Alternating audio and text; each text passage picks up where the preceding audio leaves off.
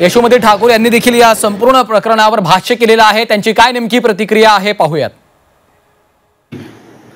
अतिशय घाणेरडा प्रकार आज सभागृहामध्ये झालेला आहे।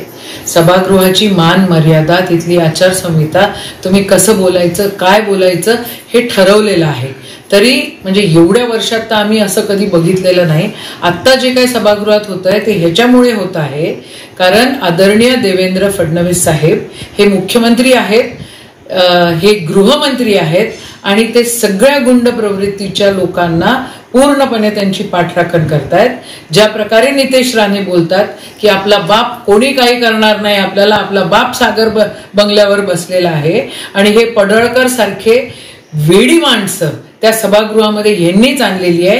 हिंदुत्वाच्या नावावर कुठेतरी गुंड प्रवृत्तीच्या लोकांना वाव मिळतोय आणि म्हणून या सगळ्या घटना घडतात। या सगळ्या गोष्टींचा निषेध आहे।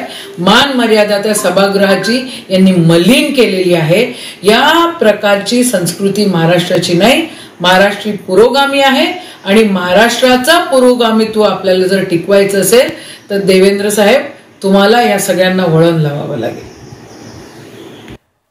तर यशोमती ठाकूर यांची ही प्रतिक्रिया आपण ऐकलेली आहे। मुख्यमंत्री देवेंद्र फडणवीसांनाच त्यांनी अनेक सवाल उपस्थित केलेले आहेत। अशा पद्धतीच्या गुंड प्रवृत्तीच्या लोकांवर कारवाई कधी होणार असं देखील सवाल ठाकूर यांनी उपस्थित केलेला आहे। मात्र राज्याचा विकास साधणं आणि सामान्यांचे प्रश्न सोडवणं यासाठीची वास्तू म्हणून आपण विधिमंडळाकडे, विधान भवनाकडे पाहतो आणि त्याच ठिकाणी अशा पद्धतीच्या घटना घडतायत। त्यामुळे त्याचा आता सर्व स्तरातून निषेधही नोंदवला जातोय।